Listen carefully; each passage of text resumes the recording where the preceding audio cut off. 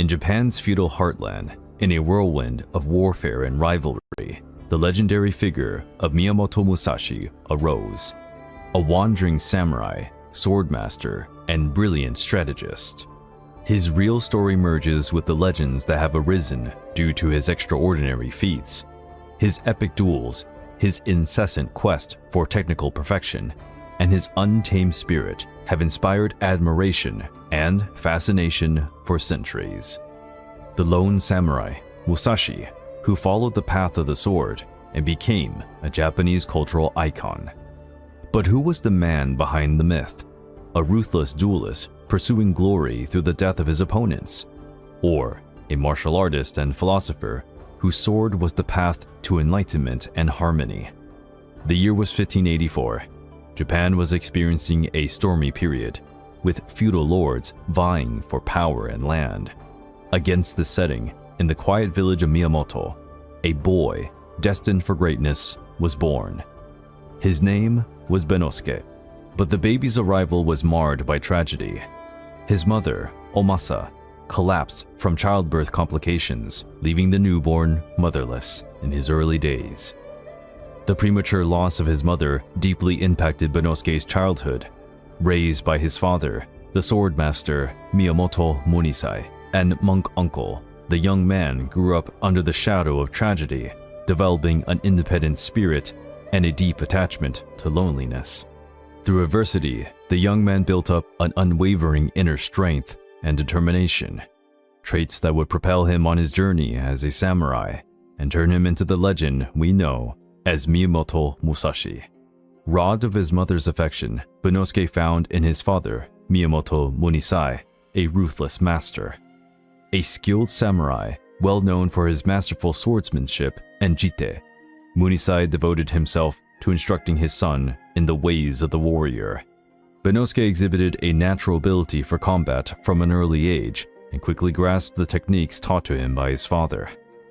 The jite, an iron weapon with a hook, was to become Munisai's specialty, and the young man learned to use it skillfully, evolving a unique fighting style that combined strength and precision. But Benosuke's education was not confined to the sword.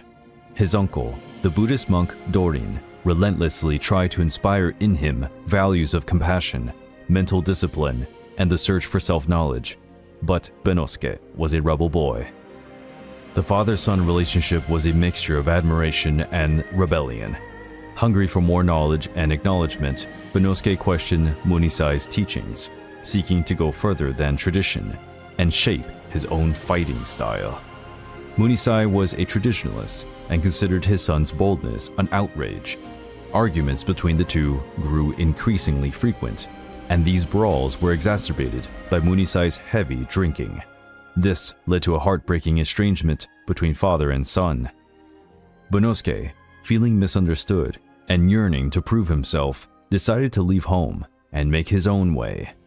He adopted a new name, a symbol of his independence and his resolve to become a samurai recognized for his own abilities. Takezo, the new name chosen by Benosuke, signified a fresh start, a break with the past, and the search for a glorious future. Freed from the bonds of tradition, the young warrior was prepared to face the world's challenges, brandishing his weapon and unwavering determination. Takezo started living in the woods like a beast. He was aggressive, and when he encountered other young men on his path, their meetings almost always ended in conflict. Spurred on by a burning desire to establish his superiority, Takezo flung himself into fights, testing his skills and learning from each engagement. He was strong and brave, and with each victory, his confidence grew, boosting his ego and ambition to become a swordsman. At 13, the flame of ambition was already blazing in Takezo's heart.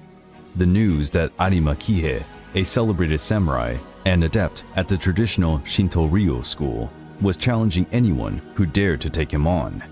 He was traveling around Japan, defying other swordsmen to test and display their skills.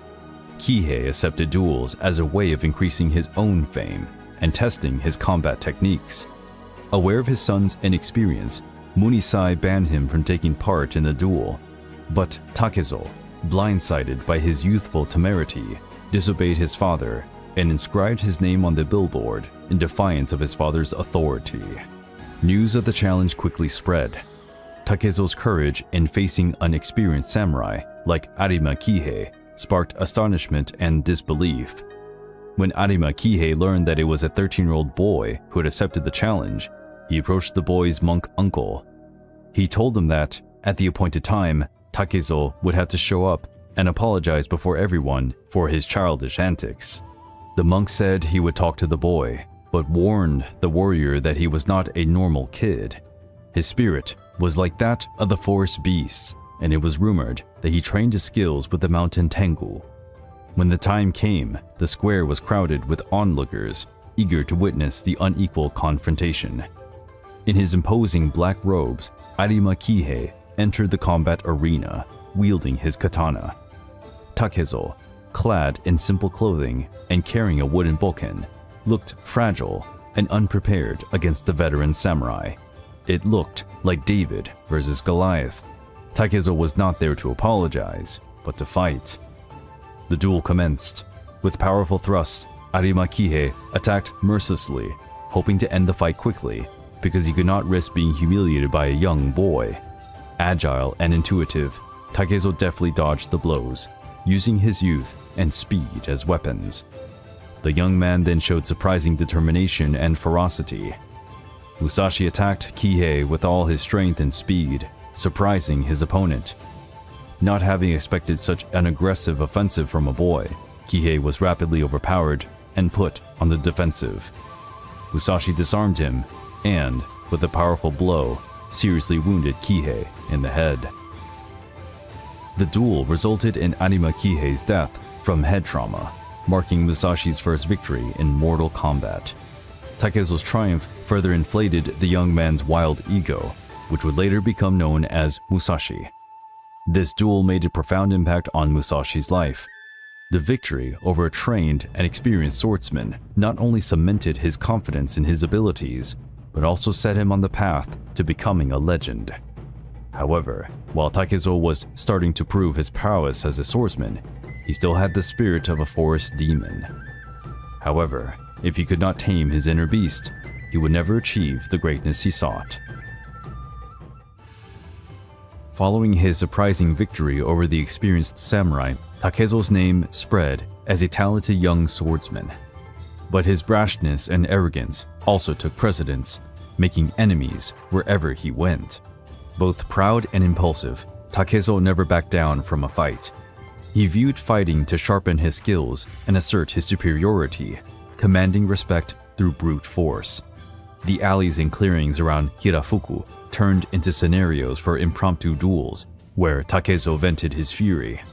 However, he was captured one day and handed over to the famous Zen Buddhist monk Takuan Soho, who guaranteed his captors that he would bend the savage spirit of that beast. The monk tied Musashi up and hung him from a tree branch. The young man ranted uncontrollably at the monk, who took the most appalling insults and threats without letting his spirit be shaken. Takezo found himself powerless and humiliated. The silent forest magnified his loneliness and pushed him to confront his own demons. Takezo was bound to the tree for days, with Takuan visiting him sporadically, not to free him, but to tease him with questions and teachings.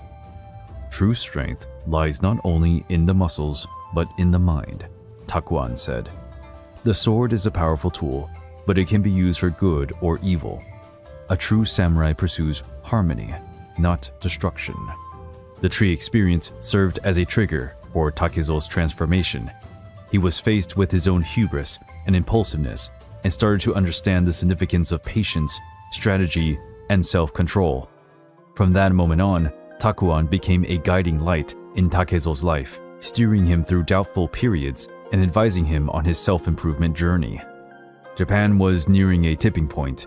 Each day, tensions between Toyotomi and Tokugawa clans, who fought over control of the country, grew louder. War rumors reverberated through the villages, spread by merchants and travelers. With samurai sharpening their swords and feudal lords conscripting soldiers, the atmosphere buzzed with anticipation and trepidation. Despite his youthful age, Takezo felt the call of battle. War was an opportunity to prove his worth on a larger stage, to test his skills in real combat, and to achieve the glory he longed for. He had been inspired by the stories of great warriors and believed that his destiny was to be found on the battlefield, where he would be able to fight alongside other samurai and leave his mark on Japan's history. The coming war was not only a threat, but it also held the promise of adventure and prestige for the young and ambitious Takezo. The Battle of Sekigahara was approaching like an ominous storm, poised to shake the bedrock of feudal Japan. The year was 1600, and the country was torn apart, with the Toyotomi and Tokugawa clans disputing supreme power. On one hand, the Toyotomi, led by Hideyori, son and heir of the late Toyotomi unifier, Hideyoshi. On the other, Tokugawa Ieyasu, a shrewd and ambitious feudal lord, bent on capturing control of Japan for himself. Between the two clans, tension was spreading, flaring up the ambitions of samurai and feudal lords throughout Japan. This was a shifting period of alliances and betrayals, where loyalty was tested by the sword. Driven by a fierce desire to prove his worth, Takezo decided to join the forces of the Western Army, allied to the Toyotomi. He enlisted under the Shinmen clan banner, led by Ukita Hideye, one of the most powerful and loyal feudal lords in Hideyori's service. The Shinmen were famed for their bravery and skill in combat, with Takezo seeing them as an exciting opportunity to fight alongside seasoned warriors and make his mark on the battlefield. Takezo's decision to join the Shinmen clan was not just a matter of chance. He felt a deep admiration for Ukita Hideye, a leader who epitomized loyalty, courage, and honor, which the young samurai fought for himself. The clan's ties to his paternal family, using the name Shinmen, also shared by his father, reinforced his sense of belonging and his desire to fight for a greater cause. Sekigahara was the ideal platform for him to show the world his sword skills and achieve the glory he longed for. He felt that his fate was inextricably woven with the fate of Japan, with his sword shaping the country's future. The morning sun had hardly risen when both armies met on the Sekigahara plain. The cold fog of dawn still blanketed the battlefield, forming a ghostly atmosphere that heralded the horror to come. The tension-filled silence was broken only by the clanking of armor, the neighing of horses, and the whispered orders of commanders. Among the throng of samurai, Takezo felt the heart pounding in his chest. A primitive and inevitable feeling of fear tried to overwhelm him, but he suppressed it with the sheer force of his will. Adrenaline rushed through his veins, piquing his senses and readying him for combat. The sound of roaring cannons burst the silence, hurling iron balls across the sky and exploding among the enemy troops. The earth trembled underfoot, and gunpowder smoke mingled with the mist, obscuring the battlefield. War cries echoed everywhere as samurai clashed in a turmoil of steel and wrath. The clanking of swords joined the pain cries and wails of the dying. The smell of blood and gunpowder pervaded the air, making for a sickening and terrifying atmosphere. Wielding his sword, Takezo threw himself into the fight with the savagery of a hungry wolf. He moved with agility, ducking enemy blows and counterattacking with precision. He danced with his sword, expertly trained through years of discipline, making his way through the carnage. While the battle records do not document his deeds in detail, fragmentary accounts mention the bravery of a young samurai who fought with a demon's fury. His sword was said to be merciless, tearing down enemies like dry leaves in the wind. There were even whispers that he had the strength of a tengu, a legendary mountain spirit capable of superhuman feats. One tale spoken in murmurs by survivors described Takezo facing a band of enemy samurai alone, protecting the rear of his troops.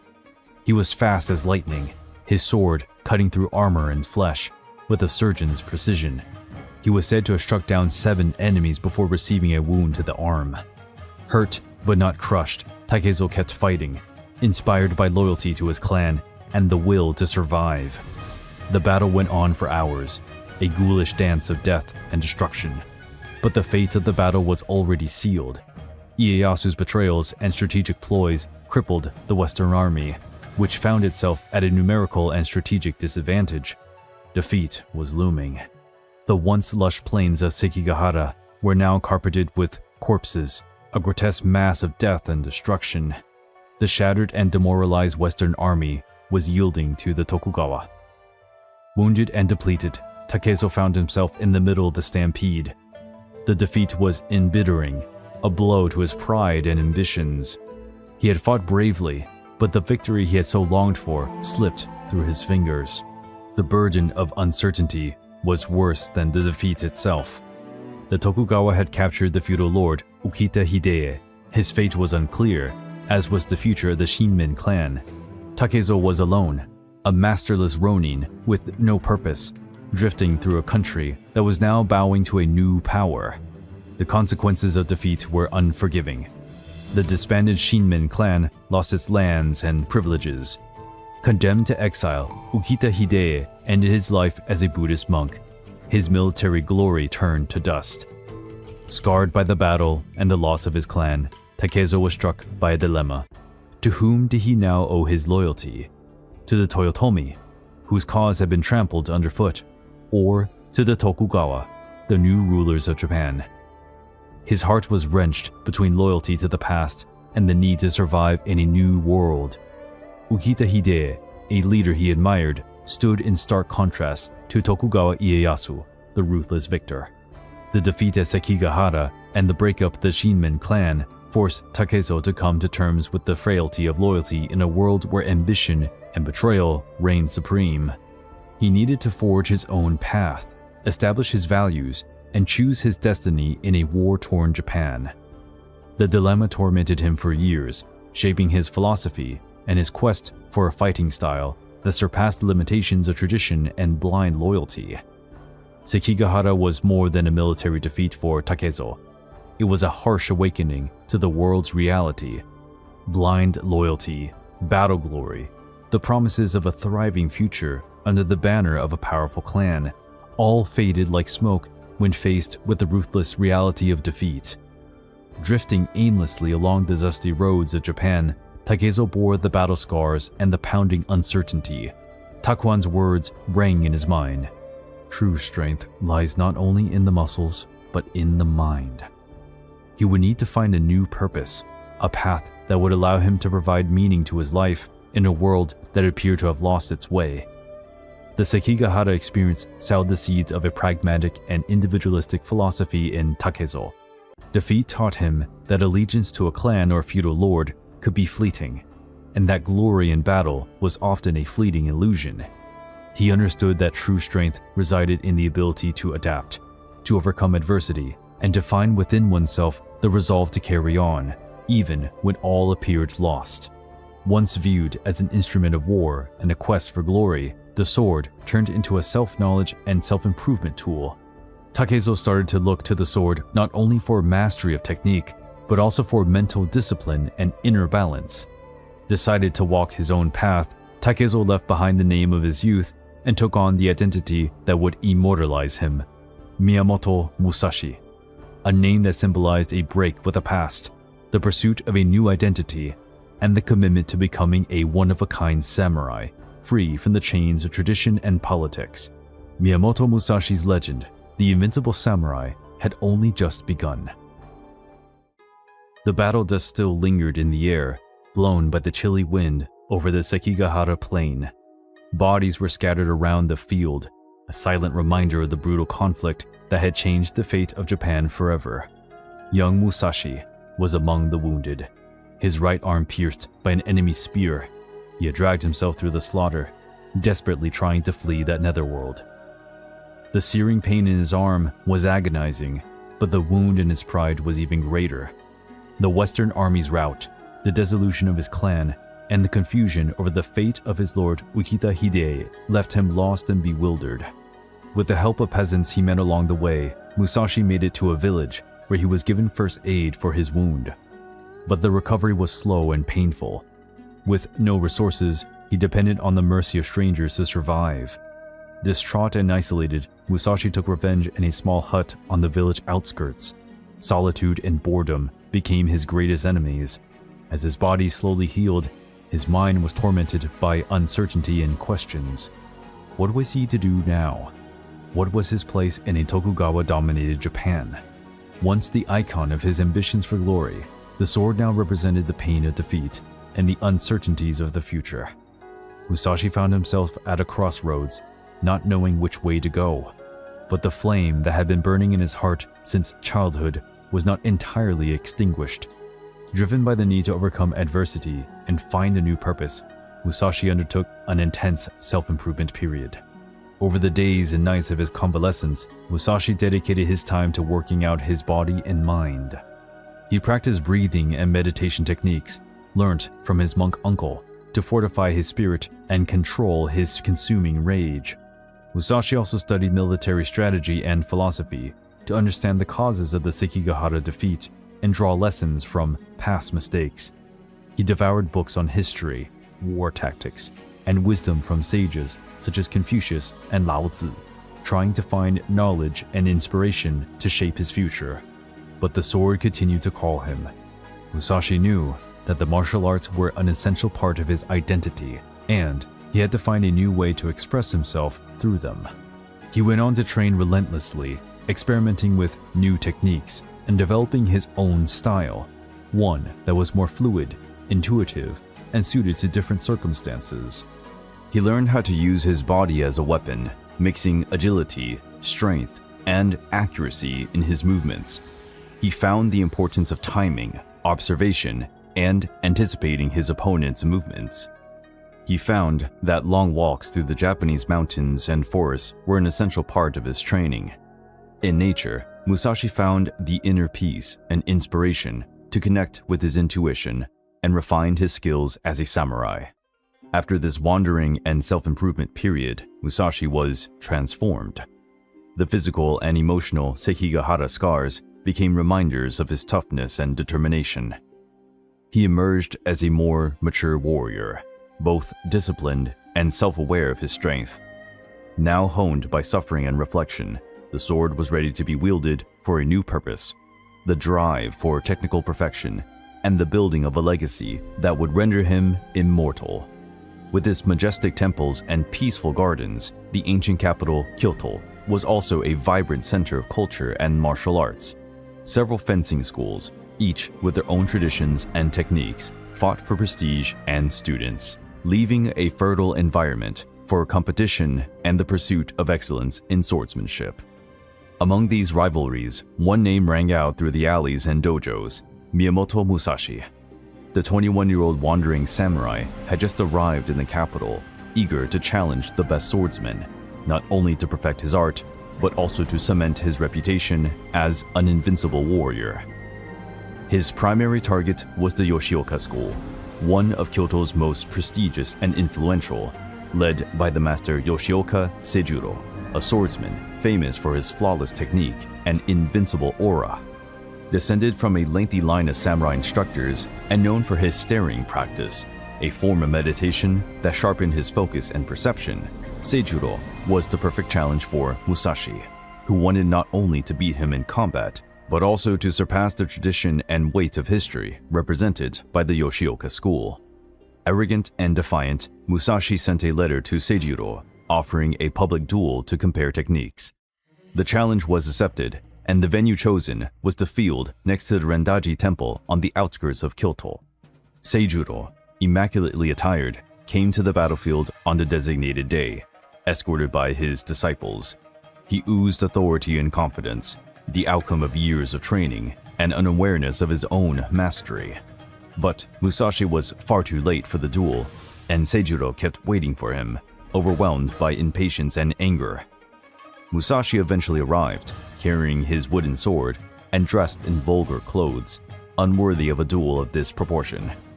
He quickly surveyed the terrain and his opponent's behavior. Musashi knew that Seijuro's temper would be his greatest weapon, since he had arrived late on purpose just to upset his opponent. When the duel finally began, the furious Seijuro threw away his bokuto and drew a katana. He wanted to kill the Chiki Ronin. Seijuro charged forward with the strength of a tiger, but Musashi, with cat-like ability, evaded the blow. He had predicted Seijuro's reaction and was going to use the anger his opponent felt as a weapon against him. With a single precise and powerful blow, Musashi hit Seijuro's left shoulder. The impact of the bokken was overwhelming, inflicting a sharp, paralyzing pain in the samurai's arm. Astonished and humiliated, Seijuro fell to the ground, powerless to resume the fight. The unbelieving crowd witnessed the fall of the great master, Yoshioka, before a wandering samurai and his simple wooden bokken. Had he used his sharp blade, Seijuro would have been dead.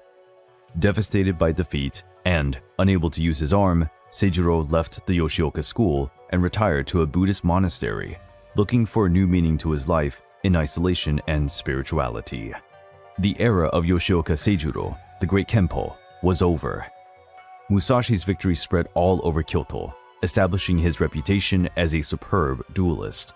But the fury of the Yoshioka brothers, hungry for revenge, would lead the wandering samurai into a new and perilous battle, testing his limits and carving out the legend that would immortalize him. When Seijuro, the master of the Yoshioka school, was crushed by Musashi, it echoed like thunder throughout Kyoto. The clan's humiliation and the fall of the master, who once epitomized the Yoshioka school's tradition and invincibility, sent the clan samurai into a rage. Revenge became a battle cry. Seijuro's brother, Yoshioka Denshichiro, a swordsman as skilled as his brother and renowned for strength and agility, stepped up to take charge of the school, bent on restoring lost prestige and avenging his family's honor. Denshichiro was an impressive individual with a ferocious edge that intimidated his opponents. His preferred weapon was known as the nodachi, an extremely long and heavy sword that he used to move with breathtaking speed, overwhelming his opponents with powerful attacks. News of Denshichiro's challenge got back to Musashi. The wandering samurai knew that this battle would be even more dangerous than his duel with Seijuro. Denshichiro was not just a skilled samurai, he was the true spirit of vengeance. The fight was scheduled for a place near the capital, an open field in the middle of a pine forest. The crowd assembled to watch the spectacle was even larger than that of the previous encounter, as Musashi's fame had spread quickly, and all wanted to see the outcome of this showdown between two talented and determined samurai. Musashi, having developed a late arrival strategy to rile up his opponents and disturb their focus, decided to adopt a new tactic for this duel. He knew that Denshichiro would be thirsty for revenge and eager to face him. Musashi arrived well ahead of schedule this time. He hid in the pine trees' shade, watching the field and waiting for Denshichiro to arrive.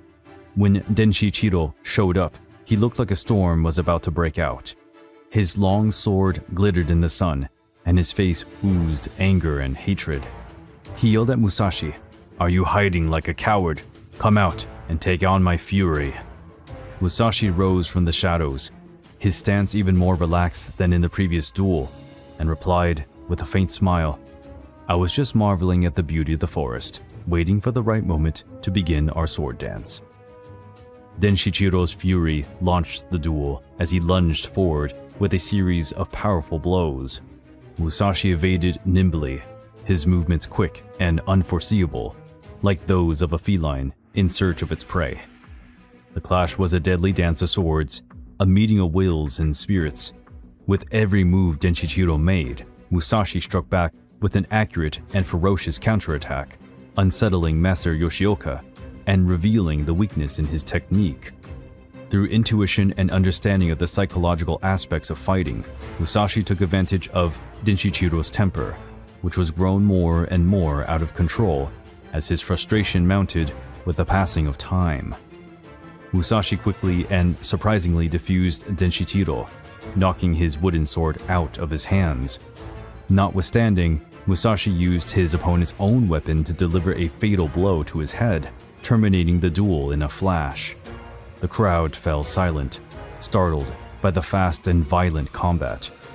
The proud Yoshioka master Denshichiro slumped in defeat, his revenge turned to dust. Denshichiro's downfall spelled the definitive end of the Yoshioka clan. Their school, once feared and respected throughout Japan, was now destroyed by the hand of a wandering samurai who had proved to be more skilled, more shrewd, and more ruthless than all his masters. The Yoshioka clan's wrath, ignited by the defeat of their two masters, Seijiro and Denshichiro, turned into an unstoppable thirst for revenge. They gathered in great numbers, swearing to destroy the wandering samurai who had boldly defied their tradition and honor. The news that Musashi had accepted the clan's challenge swept through Kyoto like wildfire, and the city was about to witness a show of violence and blood like never before. The spot chosen for the fight was right next to the great pine tree of the Ichijoji temple, a sacred and peaceful setting, but ironically chosen for such a brutal and hopeless encounter. Musashi knew he was facing an unparalleled challenge. The Yoshioka clan would not settle for a traditional duel. They had been preparing for a full-scale confrontation, using all the means at their disposal. He had heard the rumors about the clan's intention and was aware that the number of enemies lying in wait was staggering, but his resolve was even greater. Having learned many lessons from his previous duels, he had developed his own style of combat, rooted in agility, intuition, and adaptability to different situations, which made him an extremely unpredictable and dangerous opponent. Musashi went to the venue on the day of the fight with his heart at ease. He had prepared for the battle not only physically, but mentally as well, purifying his mind and connecting to the essence of his art through meditation. When he arrived at the site, the sunrise shone on the throng of the approaching samurai, all armed with swords, spears, bows, and arrows, ready to take on the wandering samurai. The sight was breathtaking, a horde of fierce warriors, bound together by a thirst for revenge, marauding towards a single man. But Musashi was not fazed. He had chosen the location of the battle carefully, scouting out unfavorable terrain for the Yoshioka, an uneven field with trees and slopes that would hamper their movements. He knew that the Yoshioka were hoping to meet him in an open field, where their attack techniques could be used more effectively, but he would make them fall into their own trap. He was feeling the weight of history on his shoulders, the wounded pride of the Yoshioka samurai who saw him as an intruder in their own territory, a rootless samurai who had the nerve to stand up to a tradition and prestige of the fencing school they so dearly treasured. But Musashi was not cowed by Yoshioka's presence or anger. He had one mission: to prove his worth, firmly establishing himself as a swordsman and write his own chapter in Japanese history. The fight opened with a vortex of steel, a deadly dance of swords and spears. With his fast and unpredictable movements, Musashi dodged Yoshioka's blows, grabbing the opportunities that the uneven and disorganized terrain offered him. He moved like a ghost, his sword shining in the sun like lightning, cutting through the air with precision and savagery. He struck powerful, rapid blows, taking advantage of the Yoshioka's disruption at every turn and the advantage that the terrain offered him. Musashi became more confident with each enemy he took down, his spirit unwavering. He had learned from his defeat at Sekigahara, had reinvented himself, and was now a completely different samurai. His words became an extension of his mind, tools for fighting, but also for self-knowledge and enlightenment. The fight was bloody and brutal, but Musashi was unrelenting, his determination unyielding. He had transformed himself into a force of nature, a samurai who ignored death and pain, fueled by the quest for perfection in his art. He struck the new leader of the clan, the young Matashichiro, who had been elected as the new Kenpo following his brother's deaths. Musashi delivered a fatal blow, ending the fight once and for all. The Yoshioka clan's loss was crippling. Their school, a beacon of tradition and prestige, had been shattered by a single independent samurai, whose spirit and technique surpassed anything they had seen before. Drained after defeating countless enemies, Musashi was asked how he managed to overcome so many foes, and he replied, "Life is littered with obstacles and challenges. One cannot face them all at once. Just like in life, I focused on facing one enemy at a time to achieve victory." Musashi's triumph over the Yoshioka clan was an achievement that rocked feudal Japan and solidified the wandering samurai's fame as an outstanding swordsman. But the quest for greater honor and perfection did not leave him content. Musashi knew that to become a true legend, he had to defeat other great martial arts masters. Like a sharp sword, he constantly searched for new challenges to sharpen his mind. His path took him to Nara, Japan's ancient capital, a center of Buddhist power and tradition, renowned for its martial arts and historical temples. Amongst the peacefulness of the Zen gardens and the lotus flower beds, the traditional art of the spear, taught by the monks of Niten Ichi-ryu school, also blossomed. An art of combat as refined as Zen meditation itself was nurtured.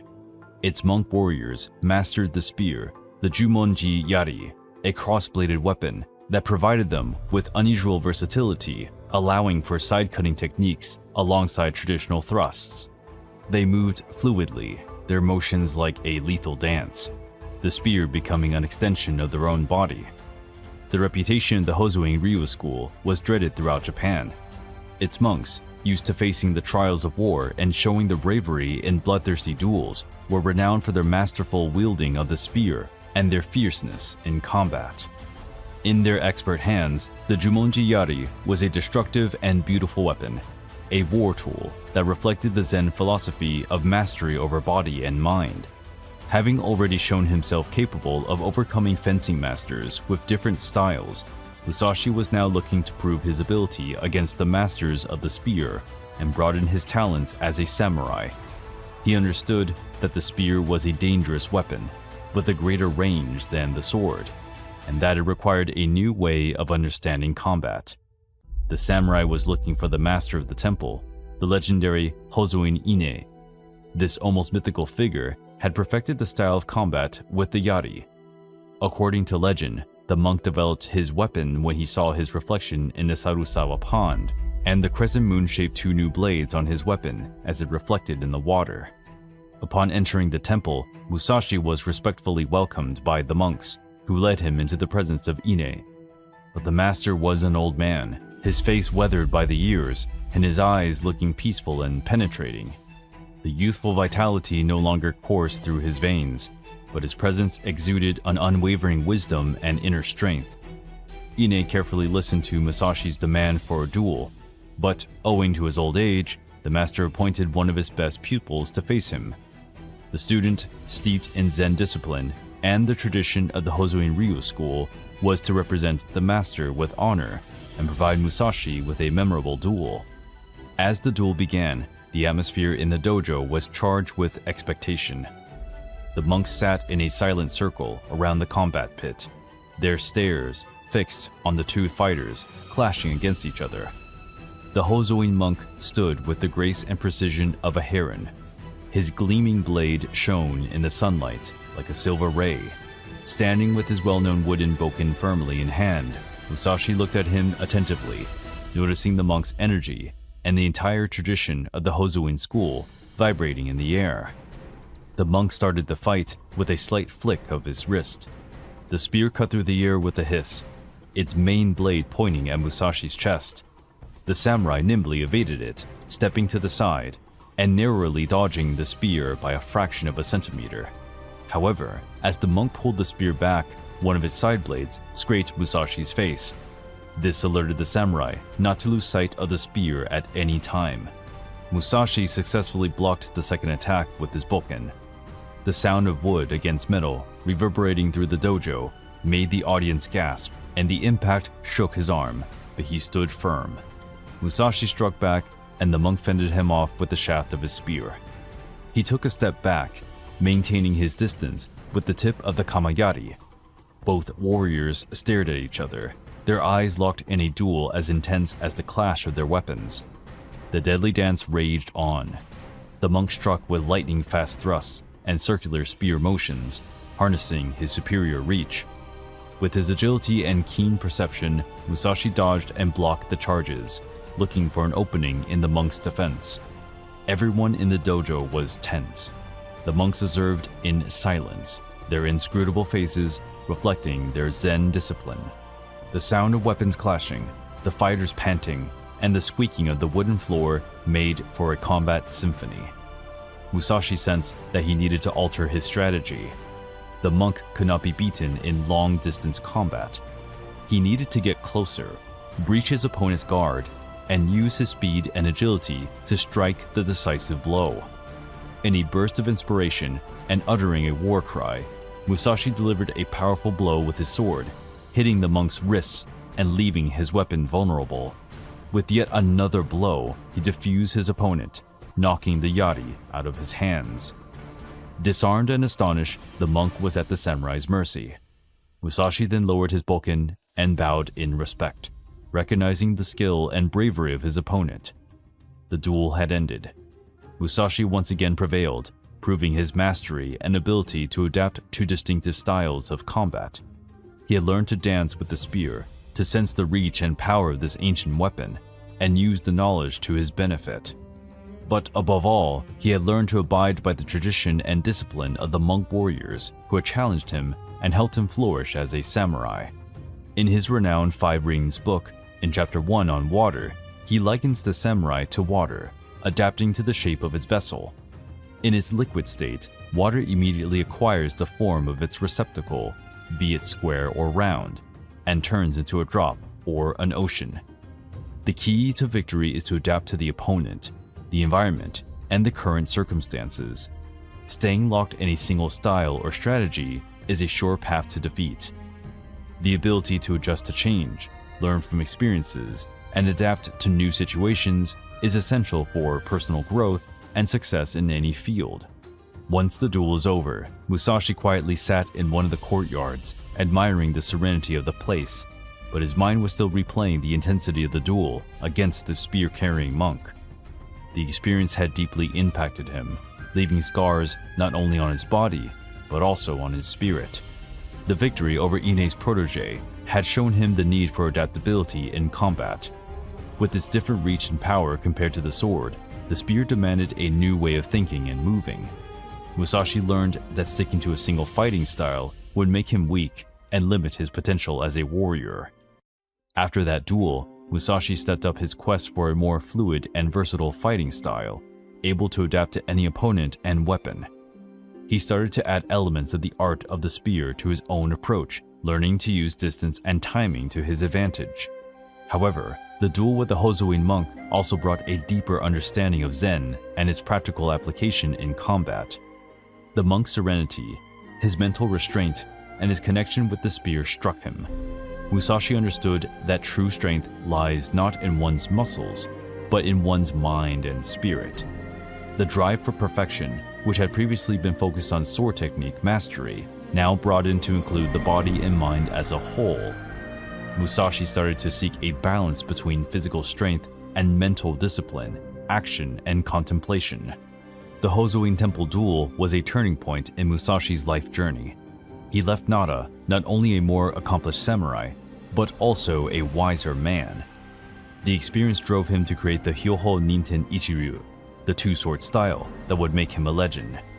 More than anything, the duel set him on the path to enlightenment, a journey he followed with the same resolve and discipline with which he wielded his swords. From that point on, Musashi's sword was not just a weapon, but an instrument of self-knowledge and change. He became a fully fledged samurai, a warrior who sought victory not only on the battlefield, but also within himself. Miyamoto Musashi's reputation drew the attention of both admirers and prospective challengers. But despite his recent glory, he felt restless. The victory over the Yoshioka brought him recognition, while the duel against the monk had left him with a profound sense of emptiness. What now? Where to go? Which step would he take next on his journey? He found himself at a crossroads, looking for a new purpose for his life. The sword now seemed to weigh heavy in his hands, as a symbol of the violence and uncertainty that had marred his past. He had to find a place to retreat, to reflect on his journey, and to establish a connection with something greater than the art of the sword itself. Musashi was looking for a haven, a place where he could soothe his spirit and find a new meaning to his existence. His steps led him to the Enkoji Temple, nestled in the mountains of Harima Province. The site oozed peace and serenity. a contrast to the turmoil and violence of the outside world. With their placid faces and precise, delicate movements, the monks nurtured the simplicity and beauty of Zen in every aspect of their lives. As Musashi stepped through the temple gates, he felt the burden of the outside world melt away. The sound of the wind chimes swinging in the breeze, the murmur of the stone fountains, and the scent of incense burning on the altars provided a harmonious and secluded nature. Enkoji became a sanctuary for Musashi, a place where he could lower his guard and connect with his inner spirituality. The monks took him in gently, without judgment or expectations, offering him a place to heal his physical and emotional wounds. Musashi found the inner peace and mental clarity he had lost while fighting duels and going to war. He started practicing meditation with the monks, trying to master his mind and find a new balance between action and contemplation.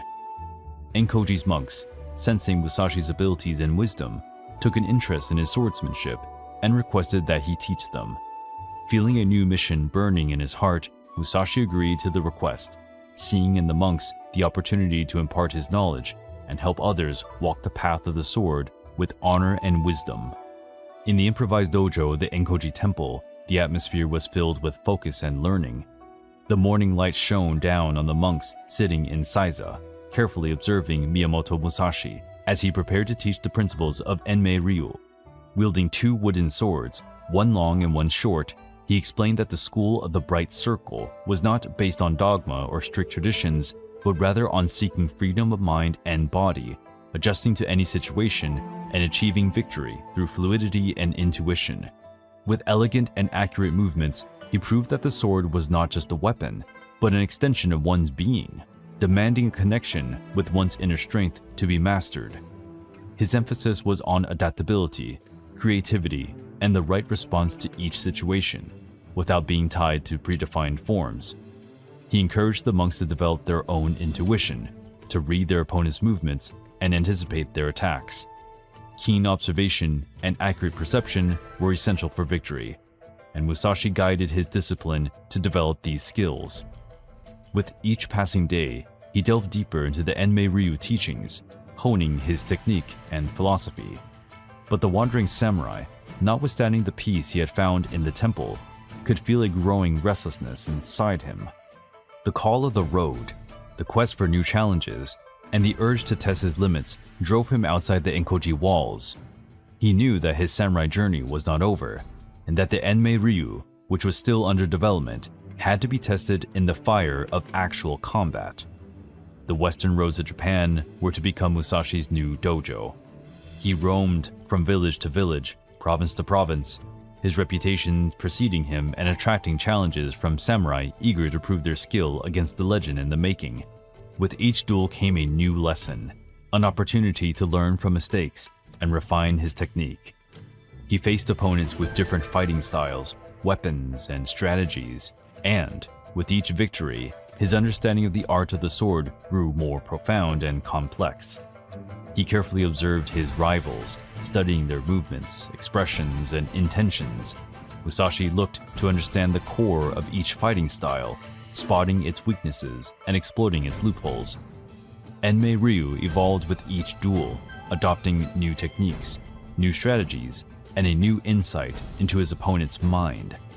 Musashi became more fluid, more adaptable, more unpredictable. In moments of isolation and reflection, Musashi reviewed each fight in his mind, assessing his mistakes and looking for solutions to overcome the obstacles he encountered. He jotted down his observations in a small notebook, a diary of his journey as a samurai and his growth as a martial artist. Like a seed sown in fertile soil, Enmei-ryu was growing stronger, ready to blossom into a new and powerful fighting style. Word of his prowess spread to Shishido Baiken, a reclusive samurai who dwelt in the mountains of Iga province, known for his mastery of the Kusarigama. It was a weapon as exotic as it was deadly, able to intimidate even the most experienced samurai. The Kusarigama was a unique combat tool, with a sharp scythe attached to a long chain and an iron weight at the tip. It was a versatile and unpredictable instrument that could be used to attack or defend. The chain weight could be hurled at the opponent, knocking them off balance or disarming them, while the sickle cut and tore with its sharp arched blade. Used to fighting with swords, traditional samurai dreaded the Kusarigama. Its unpredictability and reach made it difficult to defuse. A single misstep could be fatal, the chain winding around the body and the scythe easily finding flesh. Shishido Baiken had devoted his life to mastering the Kusarigama, perfecting his technique in the isolated mountains of Iga. He moved the weapon as if it were an extension of his own body, the chain swinging around him like a metal snake, the scythe poised for a deadly strike. As rumors of Miyamoto Musashi reached him, Baiken suddenly felt a challenge burning in his heart. He had heard stories of the wandering samurai's abilities and his undefeated streak in duels, and he viewed Musashi as an opportunity to prove his own mastery and the superiority of the Kusarigama. When Musashi received the invitation, he experienced a chill run down his spine. He knew of Shishido Baiken's reputation and the danger that the Kusarigama represented, but he remained undaunted. A new challenge loomed, and Musashi accepted it without hesitation. He prepared for the duel with the earnestness and discipline that had come to distinguish him. He knew that the Kusarigama was an unpredictable weapon, and that he needed to work out a strategy to neutralize it. Musashi also understood that he had to keep his temper and emotional control during the duel. With its chaotic and menacing nature, the Kusarigama could destabilize the spirit of his opponents, prompting them to act impulsively and fearfully. Musashi trained his mind to keep his focus and composure, even when facing the deadly dance of the chain and scythe. Dueling Shishido Baiken would be a rather unpredictable challenge. A battle against the master of an exotic weapon, a true test of his skills, strategy, and spirit. Deep in a bamboo grove, the two samurai stared at each other, assessing the distance and their intentions. Standing guard, his wooden bokken tightly gripped, Musashi watched Baiken's delicate movements as he kept the Kusarigama at his side, the chain wrapped around his arm like a sleeping snake, the scythe glittering threateningly in the sun. A deep silence descended on the woods, only interrupted by the wind blowing through the bamboo leaves and the far-off chirping of a bird. Baiken was the first to move, as quickly as a snake lunging at its prey. He uncoiled the chain of the Kusarigama with one smooth movement, the iron weight on the end hissing in the air before being swiped away by Musashi's bokken. Musashi took a step back. He knew he had no choice but to let himself be hit by the weight of the chain, which could either disarm him or break his bones. He had to keep his distance and find a gap in Baiken's defense. The Kusarigama master, however, would not give him any leeway. He masterfully spun the weapon, the chain swinging around him like a steel whirlwind, the scythe threatening at every turn. The unpredictability of the Kusarigama made the fight even more dangerous. Musashi was constantly on the move, his feet as light as a cat's, his eyes fixed on Baiken's movements. He had to adapt to his opponent's fighting style, find a rhythm that would let him neutralize the threat of the Kusarigama. In one quick swoop, Baiken succeeded in trapping Musashi's bokken with his chain, and then got ready to deliver his decisive blow with his scythe. With his weapon suppressed, Musashi was an easy target. However, in a fit of genius, Musashi did something that the tradition of samurai duels did not recommend. He swiftly drew his wakizashi, something Baiken deemed inconceivable, and was completely stunned. Shishido Baiken fell into Musashi's trap, allowing the opponent to grab his weapon and luring him close to the range of his short sword. The Kusarigama master still attempted to retreat, but Musashi was already on top of him. With one swift, accurate movement, Musashi finished off his opponent. The Kusarigama, a weapon so unlike anything he had ever faced, pushed him to adapt, to think creatively, and use his intellect to overcome the odds. His journey as a samurai would continue, and with each challenge, he would become a more well-rounded warrior, wiser and nearer to the perfection he strived for. As Miyamoto Musashi was forging his legacy through epic duels and the never-ending quest to perfect his art, there was another samurai in northern Japan treading a similar path, building his reputation as one of the greatest swordsmen of his time. His name was Sasaki Kojiro, the master of the Swallow's Blade. Like Musashi, his story was steeped in legend and reality, but his achievements with the sword were beyond dispute, making him a fitting adversary for the errant samurai. Sasaki Kojiro was born around 1583 under the gray skies of Ichizen Prefecture, present-day Fukui, a mountainous and coastal region in northern Japan, renowned for its strong and loyal samurai. He was born into a samurai family, a lineage that had honed the sword arts for generations, having from an early age exhibited a natural talent for combat. For Kojiro, the sword was not merely a weapon, but an instrument of beauty and accuracy, an extension of his own body. As a child, Kojiro excelled among his peers because of his skill with the wooden sword and his discipline in training. He grasped the teachings of the local masters with astonishing ease, his keen mind understanding the details and nuances of each technique. But Kojiro was not satisfied with replicating what he had been taught. He wanted to push himself further, testing new movement techniques, experimenting with his limits, and forging his own style of combat. Kojiro's reputation as a promising swordsman soon spread outside Ichizen. Fueled by the ambition to perfect his art and test himself against Japan's best warriors, he made the decision at a young age to relocate to Kyoto, the former imperial capital, a vibrant hotbed of culture, politics, and martial arts. Kyoto was a teeming melting pot, filled with fencing schools, renowned masters, and different fighting styles. Hungry for knowledge and new challenges, Kojiro delved into this world, acquiring new techniques, sharpening his skills and pursuing the essence of the art of the sword. Sasaki Kojiro was known for wielding a longer sword than normal, the odachi. His sword had a blade of around 90 centimeters. He trained with commitment and discipline, his keen mind analyzing every movement, every stance, every strategy. He not only sought victory in combat, but perfect technique and the harmony between body and mind.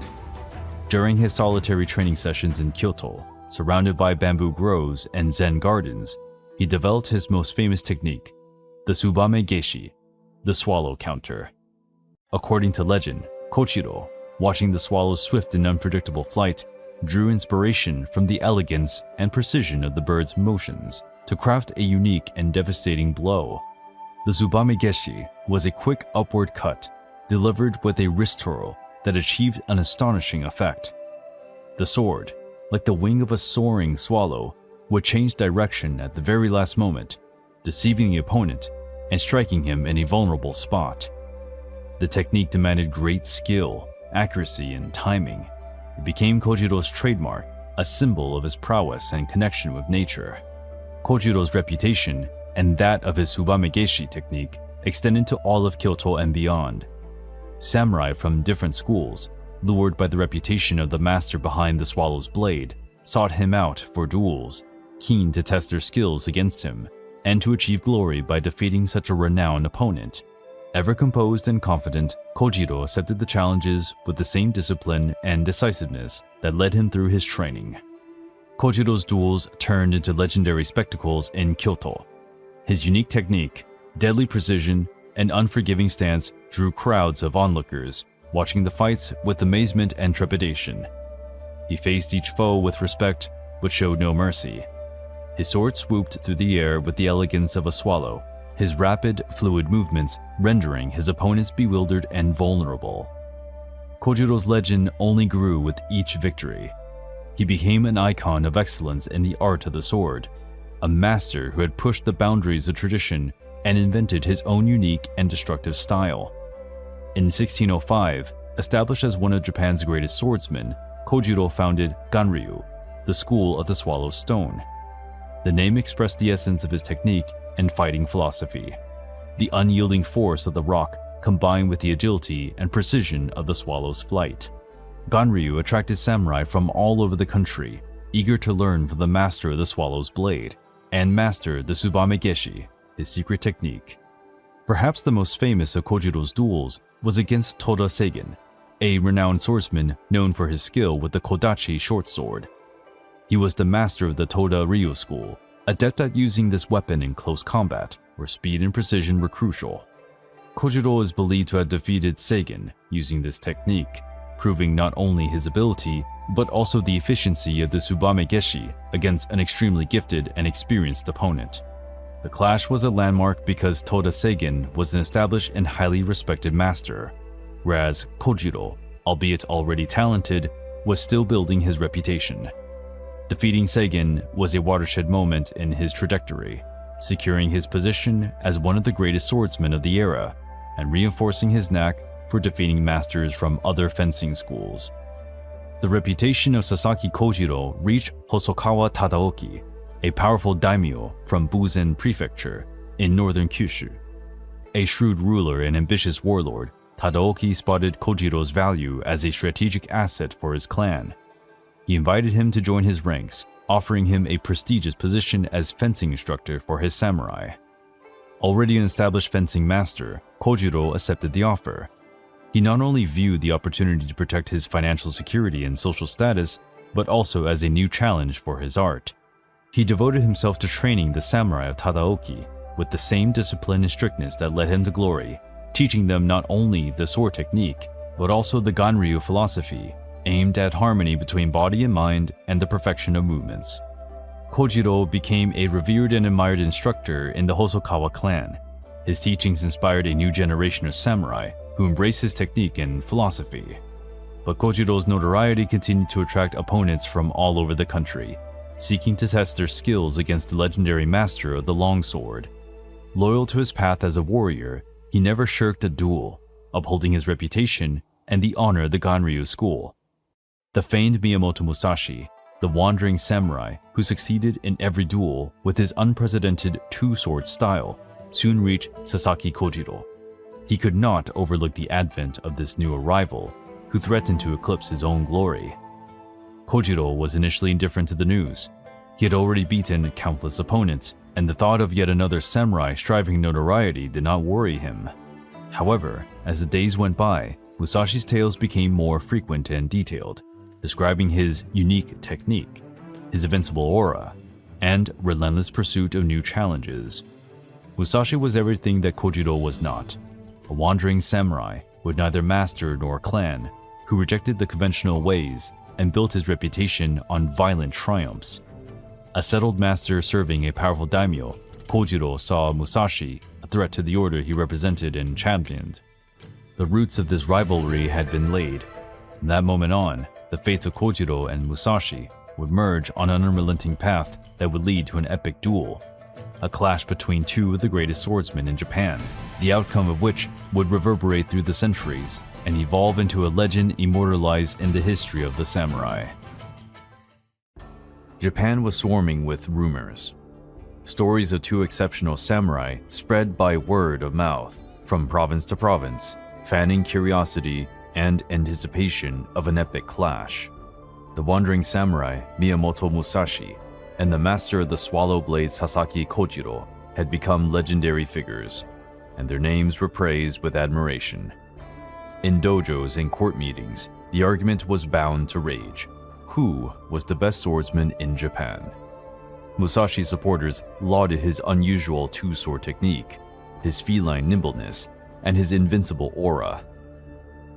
He was the samurai who had already won more than 60 duels, a warrior who had challenged convention and created his own style, suitable for any situation. He's like a god of war, some said. His swords are the manifestation of death itself. Kojiro's supporters surprised his exquisite technique, the deadly accuracy of his Tsubame Geshi, and the elegance of his movements.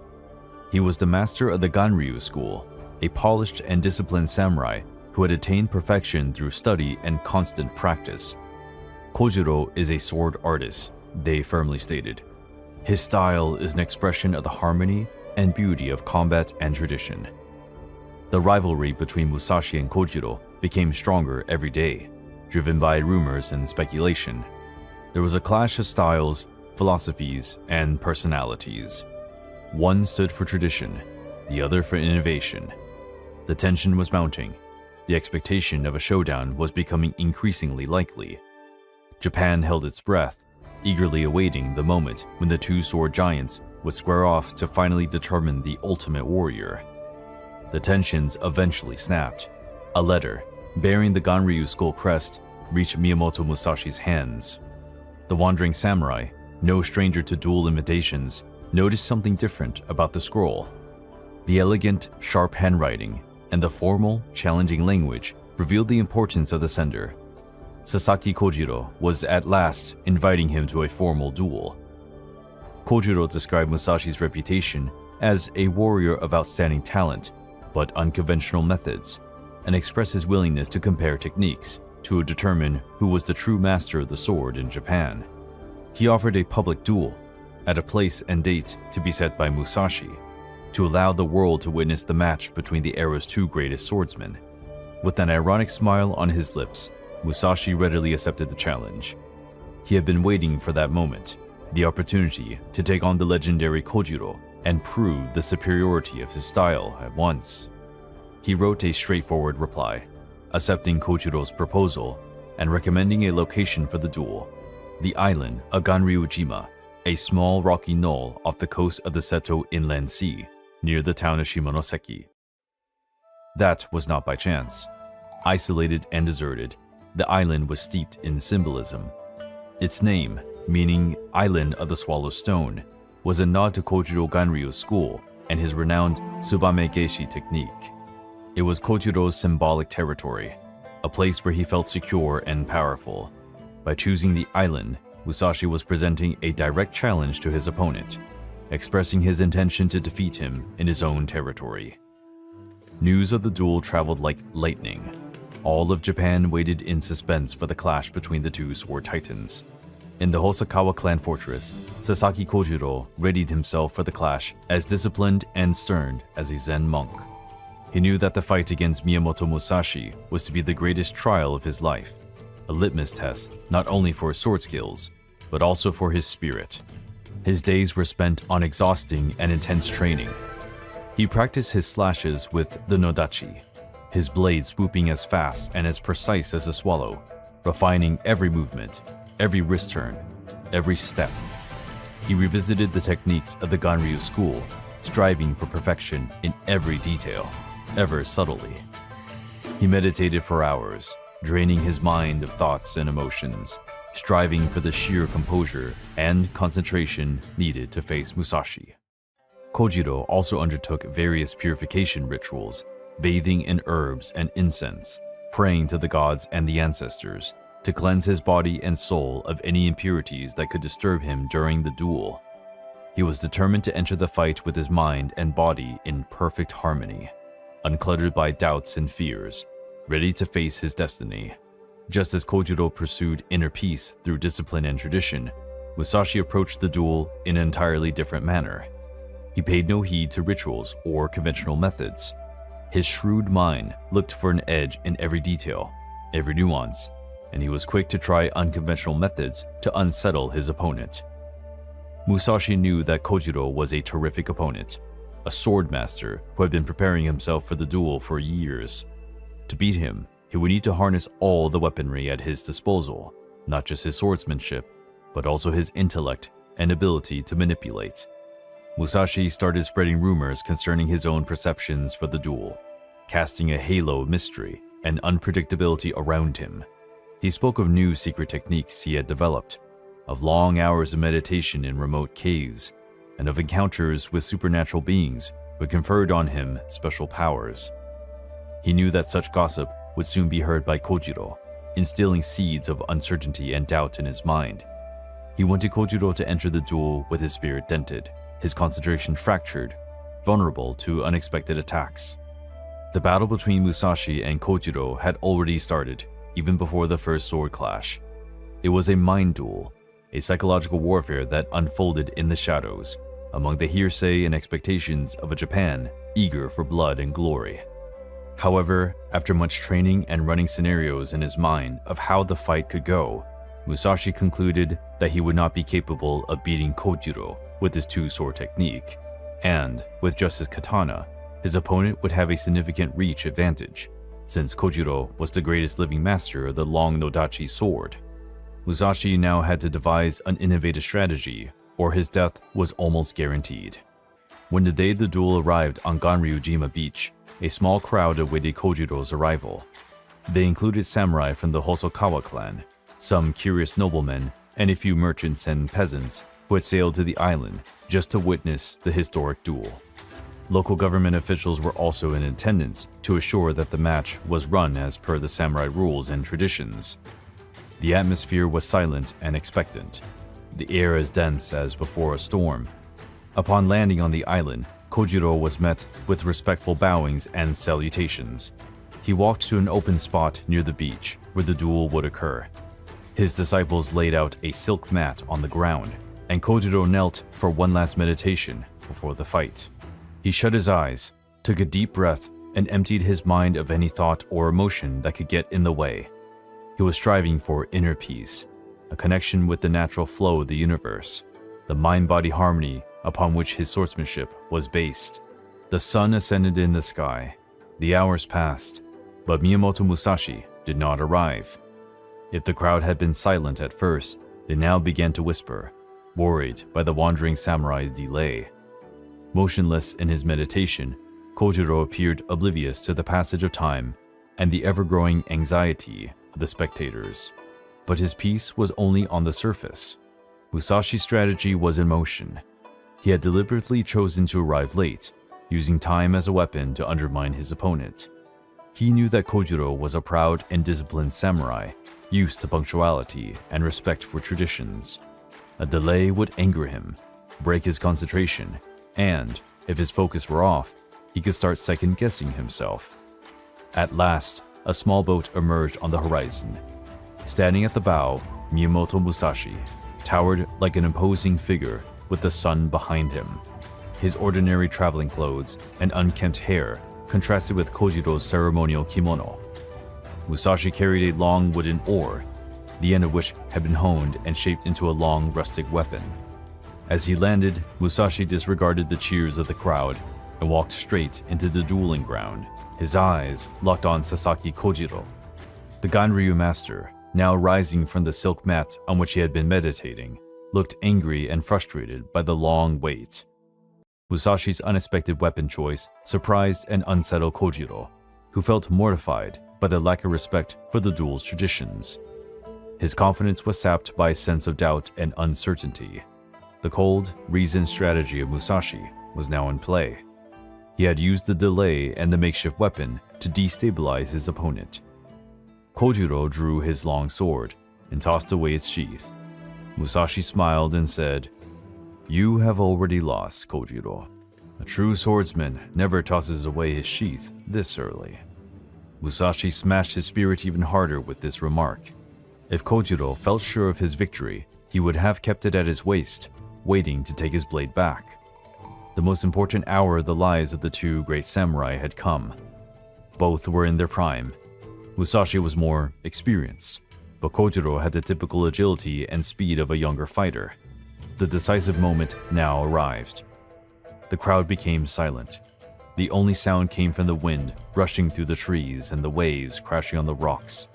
All eyes were drawn to the two samurai, who were facing each other in the heart of the clearing near the beach. Sasaki Kojiro sprang into attack, his movements as fast and precise as those of a flying swallow. His sharp oar held high, Musashi kept his distance, studying his opponent. Kojiro then decided to use his ultimate technique.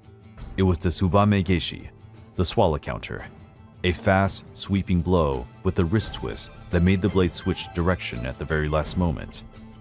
Yet, Musashi was ready and positioned himself to always keep the sun at his back. As soon as Kojiro launched the Tsubame Geshi, Musashi dodged it and the blade missed his head by millimeters. Using the opening left by the strike and Kojiro's sunburned eyes, Musashi leapt straight at Kojiro with his long oar rising in the air. Kojiro was struck in the forehead. The thud of the impact was horrifying, and some claimed to have heard the cracking of his skull. His nodashi slipped out of his hands and tumbled to the ground.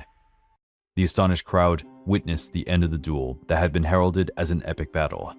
But the reality had been sudden and swift. As always, death had come unexpectedly and violently. There was no joy or exhilaration in Musashi's eyes, only a profound sadness and a strange emptiness. He had prevailed, but the victory had a bitter taste.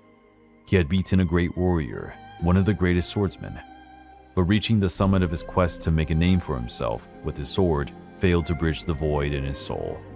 News of Sasaki Kojiro's death quickly spread throughout Japan. Everyone was shocked and overwhelmed with disbelief. Many refused to accept that the legendary Ganryu master had been defeated, and all the more so by a wandering samurai with a boat oar. Kojiro's admirers grieved his death and questioned Musashi's approach to the duel, while Musashi's supporters cheered his victory. The Ganryujima duel became a watershed moment in the history of feudal Japan, an event that stirred up controversy and discussions that would last for centuries. Kojiro's death sealed the end of an era. Miyamoto Musashi had truly ascended as Japan's greatest swordsman, but his victory was not purely a personal triumph, but also a burden, one that he would have to bear for the rest of his life. As the dust of the battle still hovered in the air, Miyamoto Musashi left the island of Ganryujima in a small rowing boat. He did not look back. Nothing sparkled in his eyes of victory, but a profound emptiness and sadness gnawed at his soul. Sasaki Kojiro's death, a worthy and revered opponent, had brought him a sense of guilt and disillusionment. The glory he had so desperately sought now seemed empty and meaningless. During the journey all the way back to the mainland, Musashi withdrew into his thoughts, mulling over the meaning of the duel and the path he had chosen. Musashi started to question everything he had believed in until then. The ceaseless drive for perfection in swordsmanship, the need to prove his superiority in every duel, the craving for glory that had been propelling him since his youth.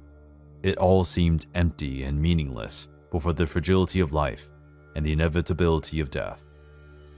He remembered the teachings of his monk uncle on the importance of compassion, humility, and the struggle for inner peace. He had disregarded these values in his obsession with the sword and victory. Now faced with Kojiro's death, these words echoed in his mind with new intensity.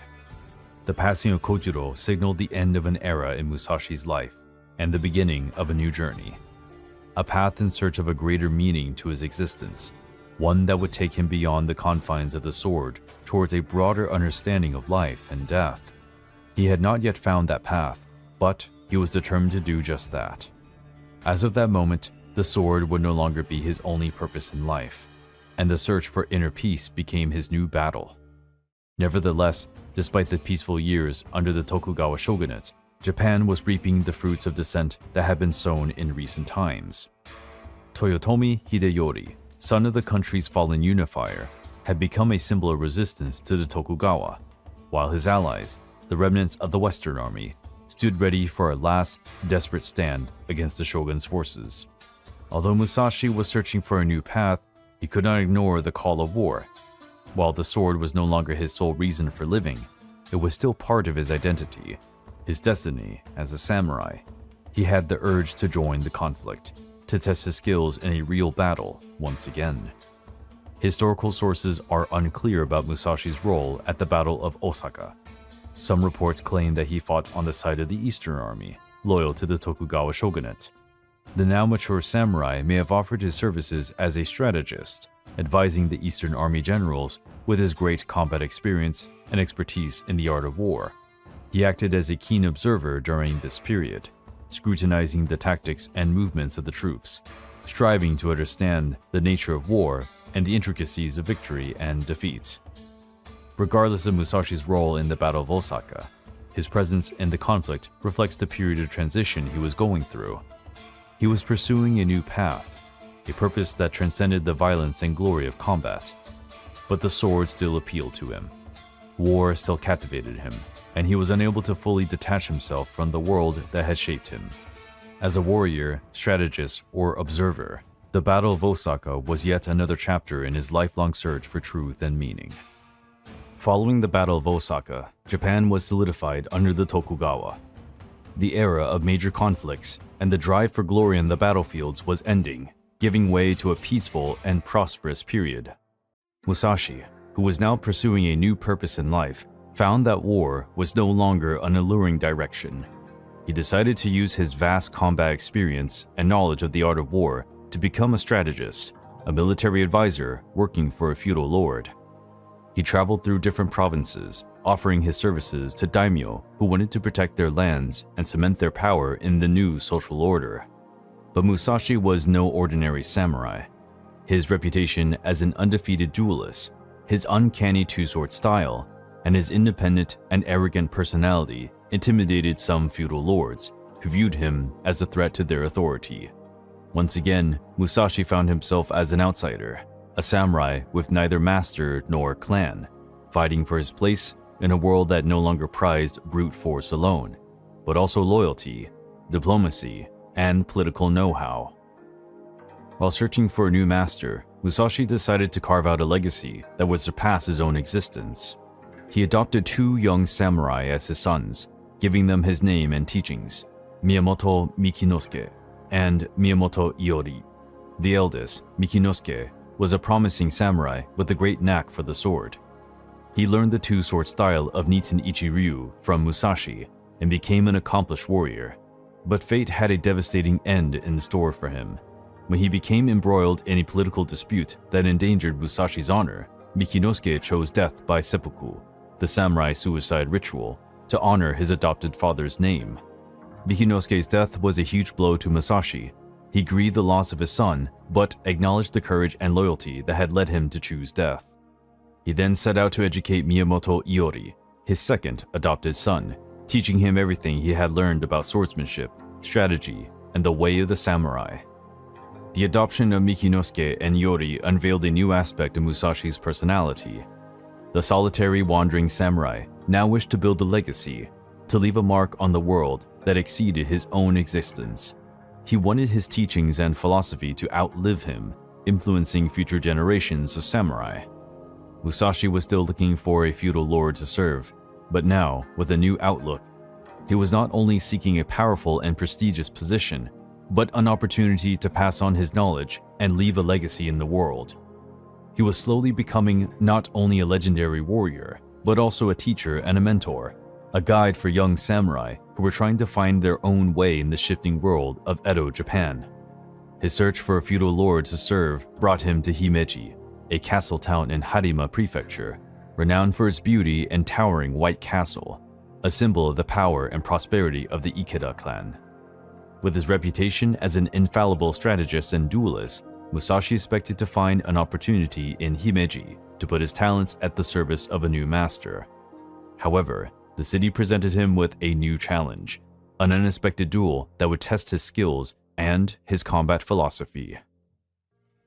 Miyake Gunbei, a well-known samurai and master of the Tomoe-ryu fencing style, had heard of tales of Musashi's abilities and challenged him to a public duel. A proud and traditionalist warrior, Gunbei was resentful of Musashi's reputation, whom he considered to be an arrogant outsider who disrespected samurai conventions. He wanted to establish that the classic and elegant style of the Tomoe-ryu was superior to Musashi's pragmatic and unusual two-sword style. The duel was arranged for an open field on the outskirts of Himeji Castle, a wide-open and visible location suited to a clash between two swordsmen. In true Musashi fashion, he entered the duel site with a quiet, sneering demeanor. He was dressed in basic traveling clothes and only carried 2 wooden bokken swords instead of his famous steel blades. In contrast, Gunbei arrived in grand form, wearing full armor and wielding his ceremonial katana, a sharp and deadly blade. The different looks of the warriors reflected their fighting philosophies.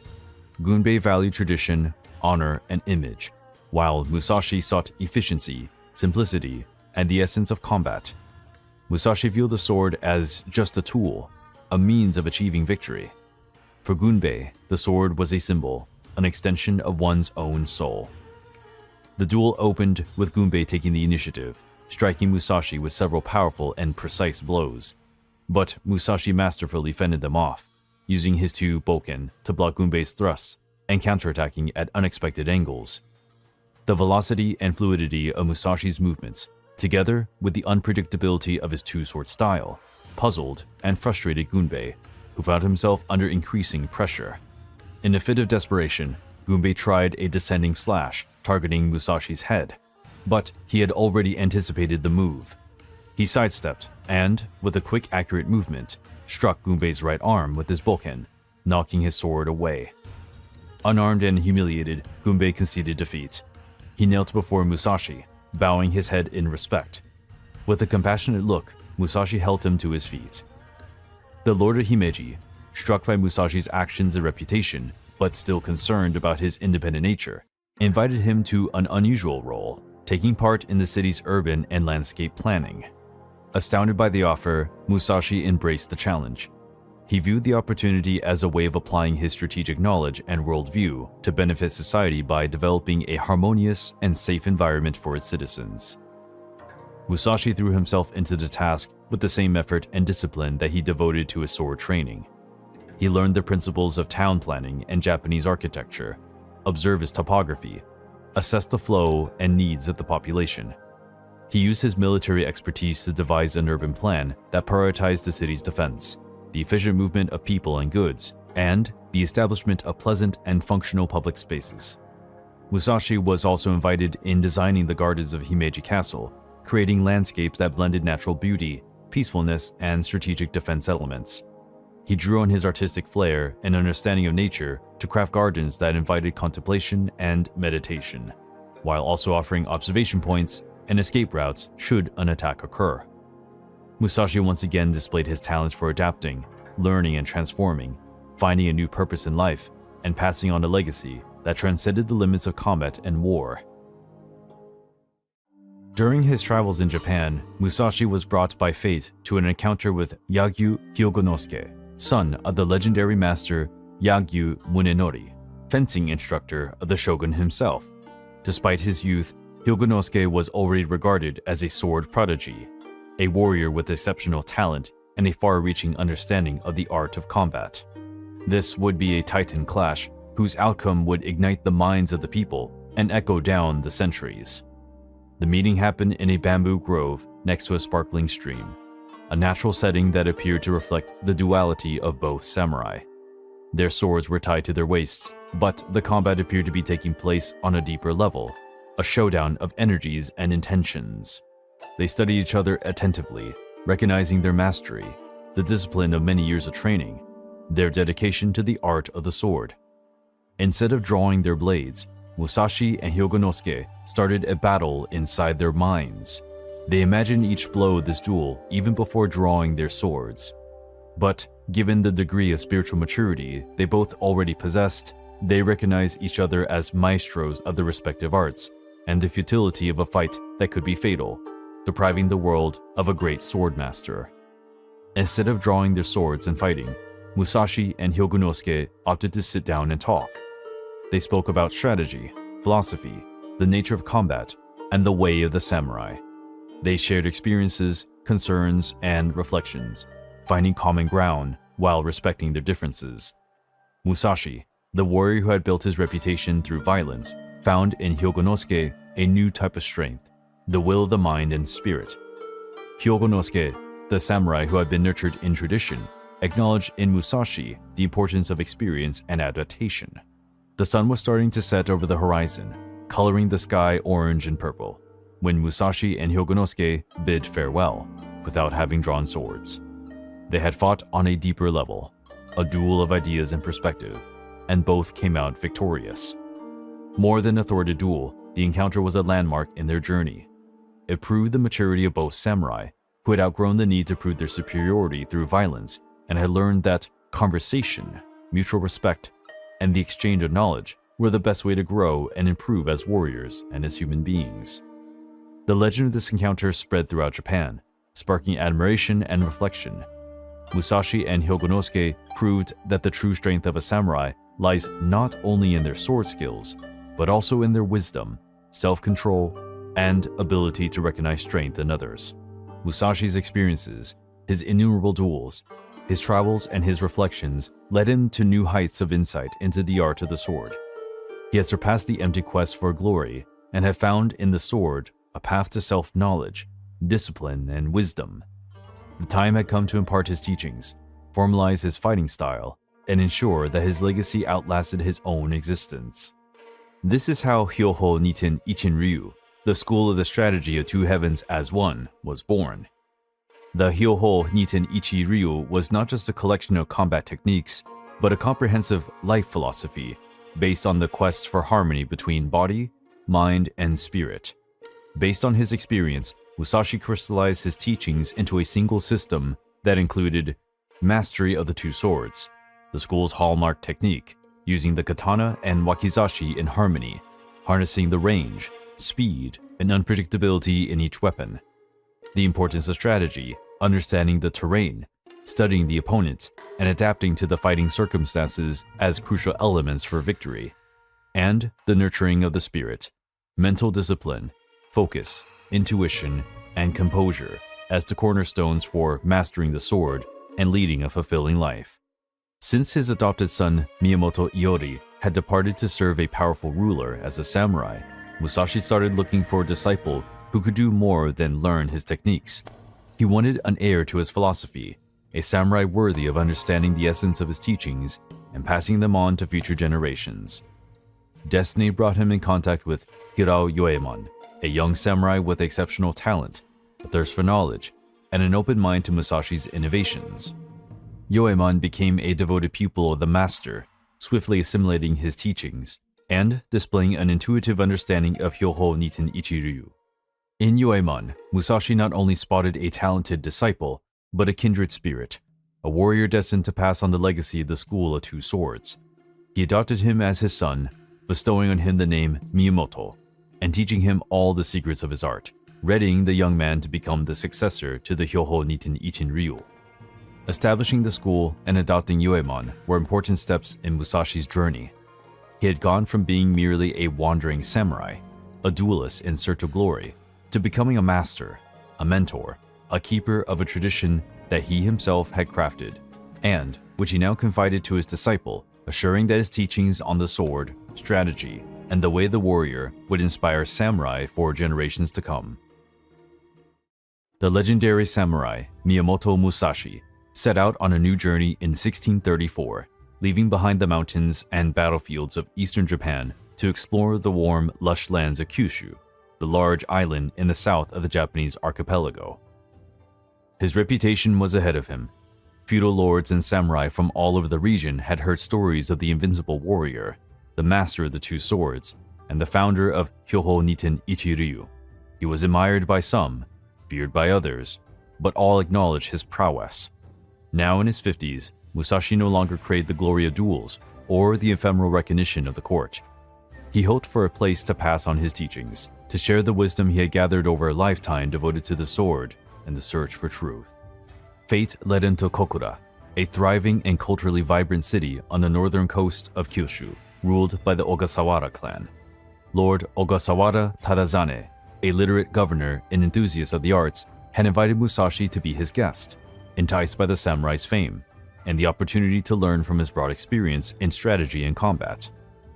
Musashi was welcomed to Kokura with honor and respect. Lord Ogasawara offered him a comfortable lodging near the castle. In Kokura, Musashi encountered an atmosphere conducive to reflection and the development of his ideas. He spent countless hours meditating in the castle's Zen gardens, discussed philosophy and strategy with Lord Ogasawara and his advisors, and devoted himself to calligraphy and painting, expressing his worldwide view through art. The stay in Kokura was a peaceful and productive period in Musashi's life.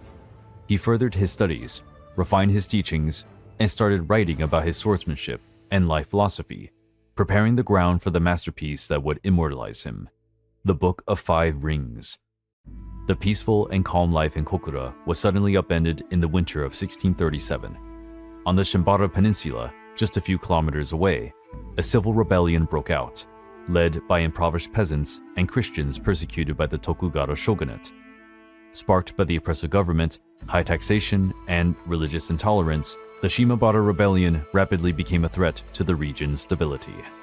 Thousands of rebels, armed with farm equipment, stolen swords, and unrestrained fury, attacked villages, temples, and fortresses, swearing revenge on their oppressors. Lord Ogasawara, loyal to the Tokugawa shogunate, did not flinch at the call to suppress the rebellion. He gathered his samurai and prepared to march to Shimabara, bent on reinstating order and the authority of the government. Despite his old age and his search for inner peace, Miyamoto Musashi did not evade his duty. He joined Lord Ogasawara's troops, not as battle-hungry warrior, but as an experienced tactician and wise counselor. With his keen insight and understanding of the art of war, Musashi assessed the rebels' circumstances, their strengths and weaknesses, tactics and intentions. He advised Lord Ogasawara to lay siege to Hara Castle, where the rebels were sheltering, instead of a head-on attack, which could result in heavy losses. Musashi also contributed to the planning of military operations, advising the samurai on combat tactics, the use of terrain, and the importance of discipline and unity among the troops. The Shimabara Rebellion was a bloody and savage confrontation that lasted several months and claimed thousands of lives. While Musashi was reluctant to engage in violence, he displayed courage and skill in combat, inspiring the samurai with his commanding presence and wisdom. One episode reported by several sources say that Musashi was knocked off his horse when a rebel peasant threw a stone at him. Wounded but not yet crushed, he stood up and kept fighting, proving his determination and resilience. The Shimabara Rebellion was finally suppressed by the shogunate's forces, but at a prohibitive cost. The experience made a profound impression on Musashi, cementing his conviction that war was a tragedy to be avoided at all costs. From that time on, his search for inner peace and a path beyond violence grew stronger. He turned to writing about his philosophy and teachings, hoping to share his wisdom with the world and inspire future generations to find harmony and inner peace. In 1640, when Musashi was 56, he relocated to Kumamoto at the invitation of Lord Hosokawa Tadatoshi, a ruler who admired his reputation and was interested in his teachings. But Musashi's popularity continued to draw the attention of young samurai eager to challenge him and test their skills against the legendary swordsman.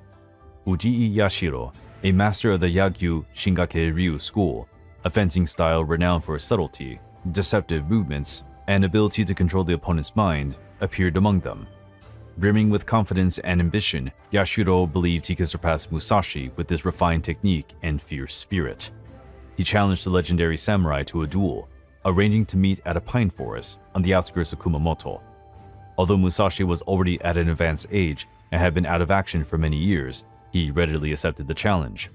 He viewed the young samurai as an opportunity to test his teachings and prove that true sword mastery transcended physical strength and speed. They met in the pine forest on the appointed day, a peaceful and majestic setting where the wind blowing through the trees added to the tense movement.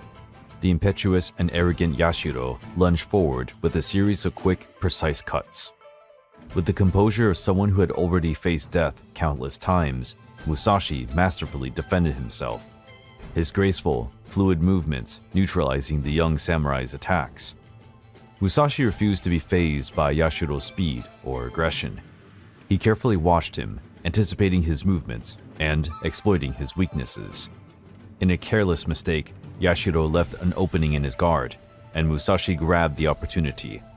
With one quick, decisive move, he disarmed the young samurai and pressed the tip of his sword against his throat.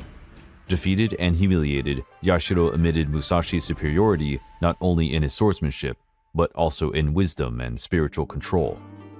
With a compassionate look on his face, Musashi dropped his sword and bowed in respect. He no longer wished to humiliate his opponents, but to pass on his teachings and nurture a new generation of samurai based on respect, discipline, and the search for inner peace. The encounter with Uji Yashiro was Miyamoto Musashi's last battle, a fitting end to the career of one of Japan's most illustrious warriors.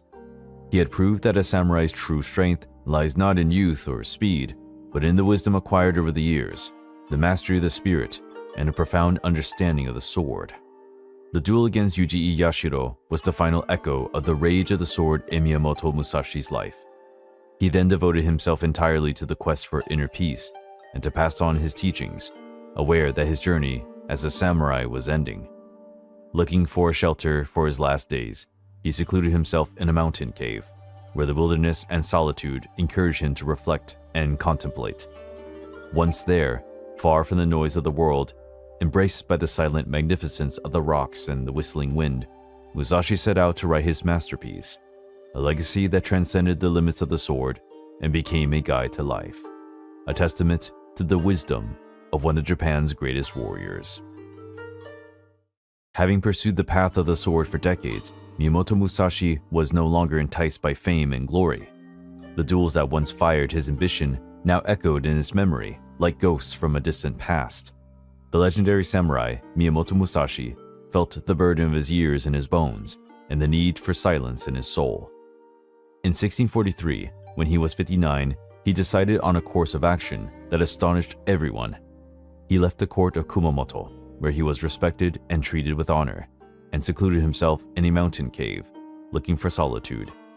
The Reigando Cave, which Musashi chose as his retreat, was a haven of austere beauty and profound serenity. Nestled on a steep slope, its entrance overlooked a valley blanketed by a dense forest of cedars and pines, where the breeze whispered ancient secrets, and a clear stream flowed down the rocks, creating a melody that soothed the soul. The cave itself was modest and bare of any frills. Its cold stone walls harbored the silence of centuries, and the sunlight seeped coyly through the entrance, creating a shadow play across the dirt floor. Without the court luxuries or the distractions of the world, Musashi had the perfect refuge to devote himself to reflection, meditation, and writing. Solitude was not a burden for Musashi, but a welcome partner. It helped him connect with nature, with his own spirit, and the wisdom he had amassed over a lifetime dedicated to the sword. In the quiet of the Reigando Cave, Musashi was working to write his masterpiece, a testament to his teachings, a legacy for future generations. The experiences of a life devoted to the sword, the duels, the journeys, the victories and defeats, the encounters with masters and scholars, all blended together in his mind to fashion a profound and timeless wisdom. He took his brush, dipped it in India ink, and then started writing. His first pieces of writing were a set of 21 precepts, a guide to life based on his own experience and worldview. He called this work Dokudo, the path to follow alone, a testament to his personal philosophy, an invitation to reflect and find an authentic and meaningful life. In Dokudo, Musashi touches on topics such as the importance of discipline, the quest for self-knowledge, the simplicity of life, detachment from material possessions, the rejection of arrogance, and the relentless search for truth. He imparts his worldwide view, shaped by years of training with the sword and observing nature, revealing the depth of his spirit and his grasp of the human condition. But Musashi's masterpiece was still to come. He then committed to write a thorough treatise on strategy and philosophy, based on his extensive experience as a samurai and his studies of the art of war. The Book of Five Rings was born, transcending the realms of swordplay to represent a guide to life, a manual for leadership, and a testament to the wisdom of one of Japan's greatest warriors. In the Book of Five Rings, Musashi splits his teachings into 5 books: Earth, Water, Fire, Wind, and Void, each dealing with a crucial aspect of strategy and its application in different areas of life. He addresses topics such as the importance of observation, adapting to circumstances, mastering time and rhythm, the opponent's psychology, group leadership, and the pursuit of victory in any sphere. Musashi resorts to analogies and metaphors drawn from nature, the arts, and everyday life to explain his principles, making his teachings accessible and applicable to different contexts. He lays emphasis on the importance of ongoing training, mental discipline, self-knowledge, and the never-ending quest for perfection. The Book of Five Rings became Miyamoto Musashi's masterpiece, a legacy that would immortalize him as one of Japan's leading strategists and philosophers. His teachings continue to inspire generations of samurai, leaders, and truth seekers, transcending the boundaries of time and space. After having completed his masterpiece, Musashi felt that his mission in this world was nearing its end. A mysterious illness gripped his body, enfeebling his muscles and robbing him of his vital energy. However, his spirit, forged through years of training and battles, remained steadfast. Musashi welcomed death with the same dignity and courage with which he had faced his dueling opponents. He assembled his disciples in the Reigando Cave and passed on his last teachings, stressing the importance of discipline, the search for truth, and the transcendence of the sword. During his final days, Musashi dedicated himself to meditation, contemplation of nature, and conversation with his disciples as he shared stories of his life, reflections on the art of the sword, and advice for the future. He was not afraid or regretful, just keenly focused on accepting the natural cycle of life and death. On May the 19th, 1645, Miyamoto Musashi for the last time shut his eyes. His peaceful expression reflecting the inner peace he had attained. He left this world as he had lived it, with courage, dignity, and mastery, leaving in his wake a legacy that would inspire generations of samurai and truth seekers. Inspired by their master's teachings, his disciples planned a simple and honorable funeral in accordance with his wishes. He was dressed in a white kimono, a symbol of purity and peace, and cremated on a ceremonial pyre near the Reigando cave.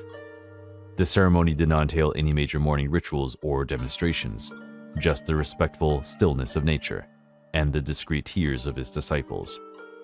Musashi's ashes were placed in a single tomb under the shade of an ancient cedar tree, where the wind and the murmuring stream hummed an eternal melody in his honor. Miyamoto Musashi's presence continued to ripple like waves on a gentle lake, even after his death. His teachings, documented in his writings and passed on by his disciples, became a source of inspiration for generations of samurai, martial artists, and truth seekers. The Hyoho Niten Ichi-ryu, the two-sword school founded by Musashi, flourished under his disciple and adopted son Miyamoto Iori, and branched out into different lineages, preserving the essence of the master's teachings and adapting to the changing times.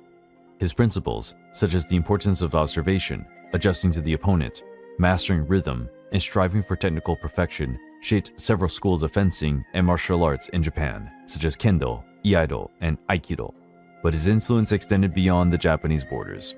The Book of Five Rings, which has been translated into several languages, is a landmark for military men, strategists, and leaders around the world, inspiring studies on leadership, decision-making, and conflict management.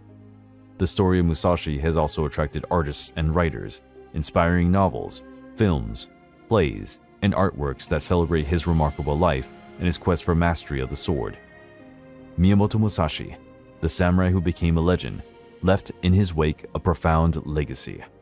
He was an invincible warrior, a brilliant tactician, a talented artist, and a profound philosopher. His entire life was a quest for self-discovery, a search for truth, and constant self-improvement. Musashi taught us that genuine strength lies not only in physical strength, but also in mental fortitude, a clear sense of purpose, and the courage to tackle life's challenges with dignity and determination. His quest to perfect the sword has become a metaphor for the human journey, the drive to attain a greater meaning to existence, and the constant evolution of the spirit.